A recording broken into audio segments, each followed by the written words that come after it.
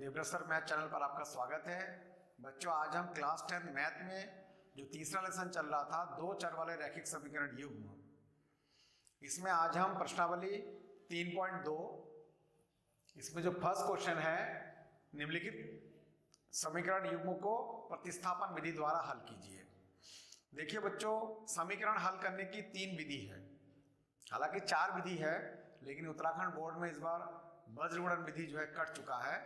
तो इससे पहले हमने प्रश्नावली 3.1 में ग्राफी विधि को सीखा था, ग्राफी विधि से समीकरण कैसे हल करते हैं। तो आज हम 3.2 में प्रतिस्थापन विधि को सीखेंगे कि समीकरण को प्रतिस्थापन विधि से कैसे हल करते हैं। तो फर्स्ट क्वेश्चन आइए देखते हैं क्या होता है। सबसे पहला क्वेश्चन है x + y = 14। तो क्वेश्चन नोट कर लेता हूं मैं। पहला क्वेश्चन है x + y = 14 और इसको समीकरण नंबर हम 1 मानेंगे, और x - y = 4, इसको समीकरण नंबर हम 2 मानेंगे। तो सबसे पहले बच्चों, दो समीकरण दिया होगा आपके पास। अब इसको हमें प्रतिस्थापन विधि से हल करना है। तो समीकरण 1 से हम y का मान निकालेंगे। कभी भी आपको प्रतिस्थापन विधि से हल करना है तो आपको ध्यान रखना है कि सबसे पहले समीकरण 1 से आपको y का मान निकालना है। हालांकि x का मान भी आप निकाल सकते हैं, लेकिन आप निकालना चाहे तो, लेकिन कोई भी एक मेथड आप ध्यान रखिए तो उसमें जो है कंफ्यूजन नहीं होता है। तो समीकरण 1 से पहले y का मान निकालेंगे आप। तो यहां लिखेंगे समीकरण 1 से, समीकरण 1 से आप निकालेंगे y का मान। तो x + y = 14 है।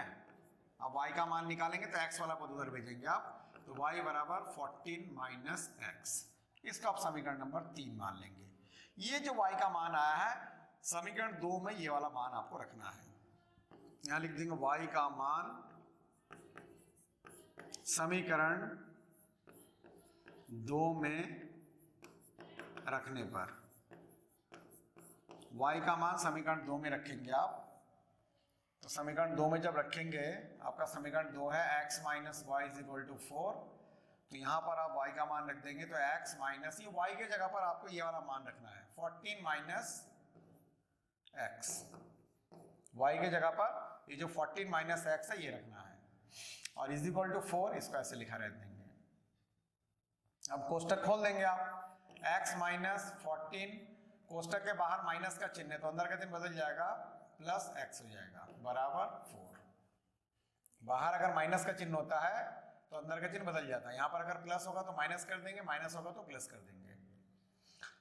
अब देखिए x प्लस का आ गया, ये x भी प्लस का आ गया, दोनों जुड़ जाएगा, 1x और 1x 2x हो जाएगा, और -14 = 4। 14 को उधर भेज दीजिए, ये इधर माइनस होता जाके प्लस में हो जाएगा, तो 2x = 4 + 14 जुड़ जाएगा ये, तो 2x = 14 और 4 18। 2 को बटे में भेज देना है, 2 x के साथ गुणा में तो बटे में चला जाएगा, तो x = 18/2, इससे कट गया 9 बार। तो आपका x का मान कितना आ गया? 9 आ गया। जब x का मान 9 आ गया तो ये वाला मान आपको समीकरण 3 में रखना है। x का मान समीकरण 3 में रखने पर, तो समीकरण 3 में रखूंगा मैं। समीकरण 3 हमारा यह है, y = 14 - x। अब x का मान मेरा 9 आया, तो y = 14, यहां पर x की जगह मैं 9 लिख दूंगा, तो y = 14 में से 9 गया 5।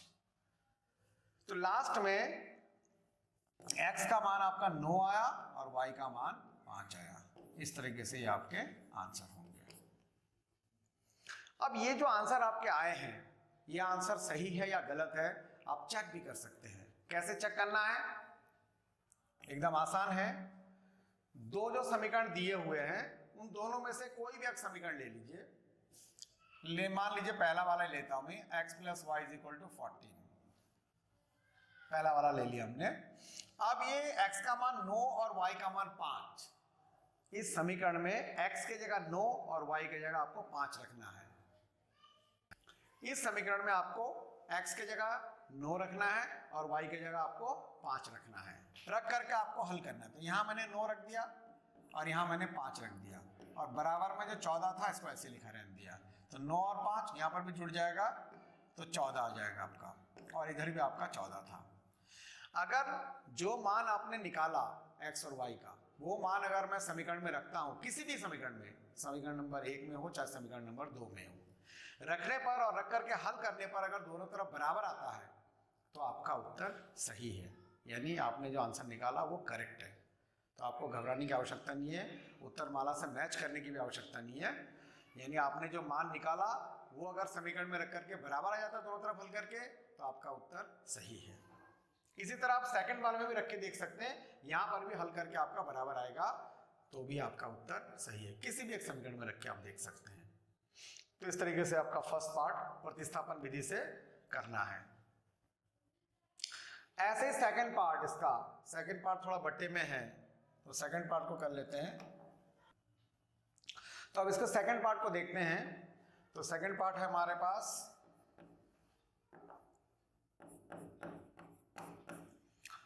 s, समीकरण है s minus t is equal to 3। इसको समीकरण नंबर 1 मान लेंगे हम। और दूसरा वाला है s upon 3 plus t upon 2 is equal to 6। तो बच्चों आप देख रहे हैं जो दूसरा समीकरण है वो बट्टे में है। तो सबसे पहले अगर बट्टे में ऐसा कोई समीकरण दिया हुआ है तो इसको आप हल करके ऐसे समीकरण में पहले चेंज कर लेंगे आप, तो आपके लिए आसानी रहेगा। तो यहाँ पर मैं एलसीएम ले लेता हूँ। 3 और 2 का एलसीएम आ जाएगा 6।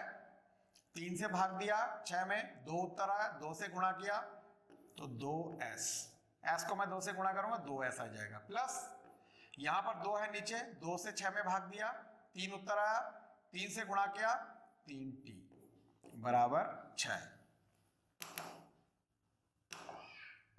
बराबर 6 आ गया। अब इस 6 को गुणा में भेज दूंगा मैं, तो यहाँ पर हो जाएगा 2s प्लस 3t बराबर 6 छंग 36। समीकरण नंबर ये आपका 2 आ चुका है।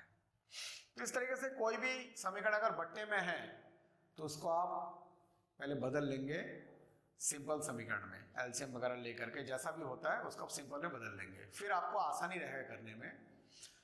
अब जैसे फर्स्ट क्वेश्चन में आपको बताया फर्स्ट पार्ट में इसका कि जब भी प्रतिस्थापन विधि से हल करेंगे आप, तो सबसे पहले इसमें से आपको t का मान निकालना है। जैसे उसमें y का मान निकालते थे, इसमें t का मान निकालना है। तो समीकरण 1 से लिखेंगे आप, समीकरण 1 से s माइनस टी बराबर 3 था, यहाँ पर t का मान निकालना है तो s को मैं उधर भेज दूंगा, तो माइनस का t बराबर 3 माइनस s। अब ये जो माइनस चिन्ह है, इस माइनस चिन्ह को भी हटाना है यहाँ से, माइनस चिन्ह हटाने से ये उल्टे हो जाएंगे, तो t बराबर s माइनस 3। बीच में अगर माइनस का चिन्ह हो और यहाँ से अगर माइनस हटाना तो उल्टा कर देने से भी हो जाता है। नहीं तो आप ऐसा भी समझ सकते हैं, ये माइनस हटेगा तो ये वाला संख्या माइनस का हो जाएगा, ये वाला संख्या प्लस का हो जाएगा, तो उल्टा करने से भी ऐसा हो जाता है। इसको समीकरण नंबर हम 3 मान लेंगे। अब ये जो t का मान है ये समीकरण नंबर 2 में रखना है, यहाँ लिख देंगे t का मान समीकरण 2 में रखने पर। तो समीकरण 2 में जब रखेंगे हम तो यहाँ पर हो जाएगा 2, समीकरण 2 को पहले नोट कर लेते हैं, 2s प्लस 3t बराबर 36। अब यहाँ पर t का मान मुझे रखना है s माइनस 3, तो 2s ऐसे लिखा रहने देंगे हम, प्लस 3 t का मान रख दूंगा मैं s माइनस 3 बराबर 36। अब इसको अंदर गुणा कर दूंगा मैं, तो 2s ऐसे लिखा रहने दूंगा, प्लस 3 से अंदर गुणा कर दूंगा तो 3s माइनस 3 तिया 9 बराबर 36। अब ये जुड़ जाएगा, 3s और 2s 5s हो जाएगा, यहाँ पर आ गया आपका 5s और माइनस 9 बराबर 36। अब इस 9 को उधर भेज दीजिए आप, तो 5s बराबर 36 प्लस 9 ये जुड़ जाएगा तो 5s बराबर 45, 5 को बटे में भेज दीजिए, s बराबर 45/5, इससे कट जाएगा 9 बार, तो s बराबर आपका 9 आ गया है। अब ये s का मान समीकरण 3 में रखेंगे आप, s का मान समीकरण 3 में रखने पर,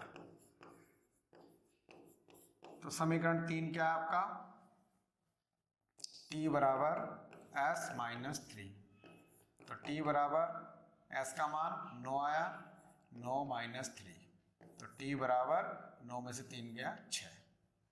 लास्ट में जब भी आपका आंसर आ जाता है, लास्ट में आपको s बराबर 9 और t बराबर 6, ऐसे करके आपको लास्ट में एक बार आंसर लिख देना है। सेम ऐसे अगर आपको चेक करना है कि इसका आंसर सही है या गलत है, तो s का मान 9 और t का मान 6 आप यहाँ पर रख सकते हैं। तो s माइनस टी बराबर 3 है, s का मान 9 और t का मान 6 रखेंगे तो घट करके 3 आने वाला है आपका, अर्थात आपका उत्तर सही है। तो इस तरीके से बच्चों इसके 2 पार्ट हमने सीख लिया है।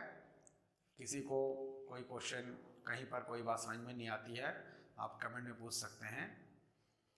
तो आज की क्लास यहीं पर समाप्त करते हैं।